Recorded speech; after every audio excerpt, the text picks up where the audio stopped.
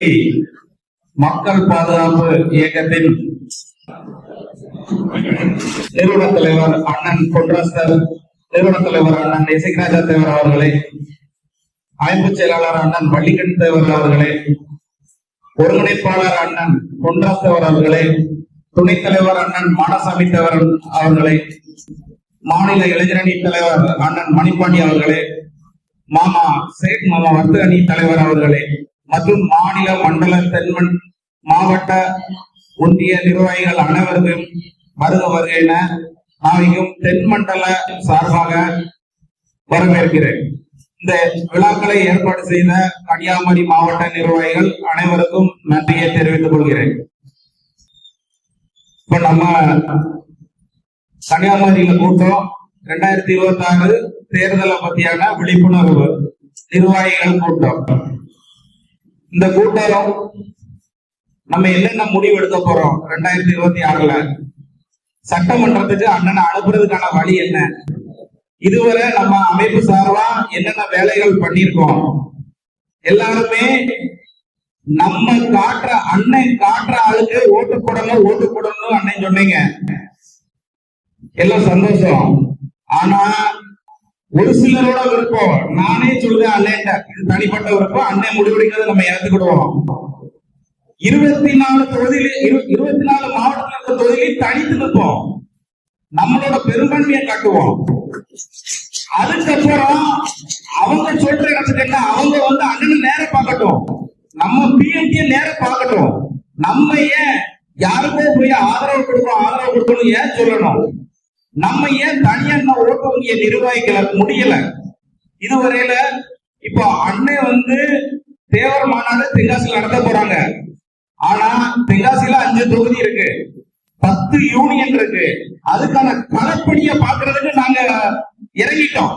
இரவு பகலா ஒருங்கிணைப்பாளர் அண்ணன் பொன்ராஸ் பேசினாப்ல பல பிரச்சனைகளை அண்ணன் அங்க இருந்து இயக்க இந்த களத்துல இயங்கிக்கிட்டு இருக்காப்ல.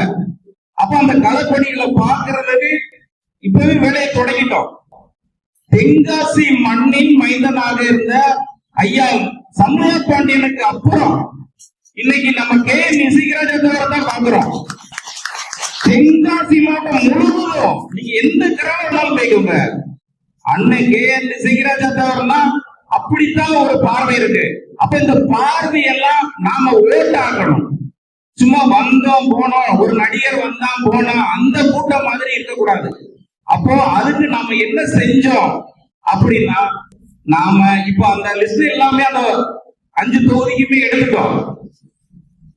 ஒன்றிய வாரியா யூனியன் வாரியா எடுத்து அந்தந்த பொறுப்பாளர்கள் நியமிச்சு ஒரு மாவட்டத்தை முழுவதும் கண்ட்ரோல் வச்சு அண்ணன் தலைமைக்கு கொண்டு போய் சேர்த்துக்கிட்டு இருக்கோம்.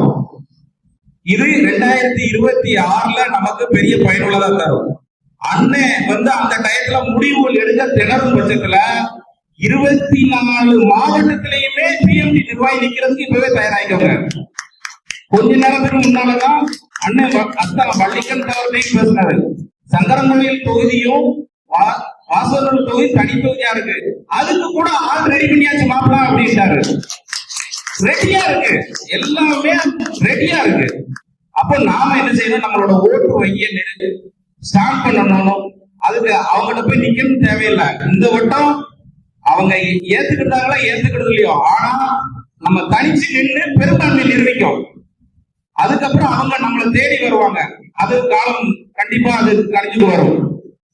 மற்றும் நாளைக்கும் பதவியான வர்த்தகத்துறையை அனைவருமே வியாபாரம் இந்த ஊர்ல இவ்வளவு தூரம் எடுத்து பண்றாங்க அப்படின்னா, எனக்கு தெரிஞ்ச அண்ணன்மார்களுக்கு நிரந்தரமா இந்த ஊர்ல இருக்கிறது பகுதி பார்த்தா இருப்பாங்க. எல்லாருமே திருநெல்வேலி தென்காசி விருதுநகர்ல வந்தவங்களா தான் இருப்பாங்க.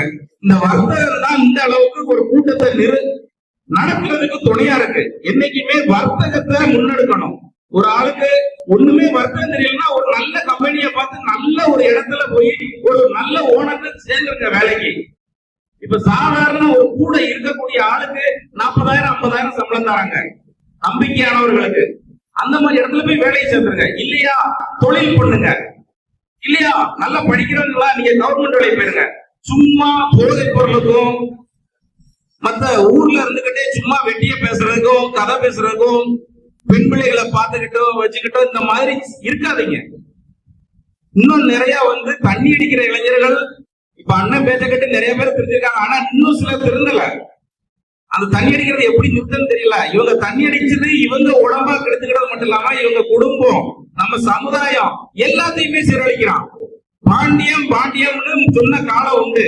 இந்த பாண்டியன் தண்ணி அடிச்சுட்டு போய் இன்னொருத்த போய் எனக்கு 100 ரூபா விடுது, 50 ரூபா விடுது கட்டிங்க அப்படின்னு சொல்லும் போது அவன் எப்படி பாண்டியன் ஆவான்?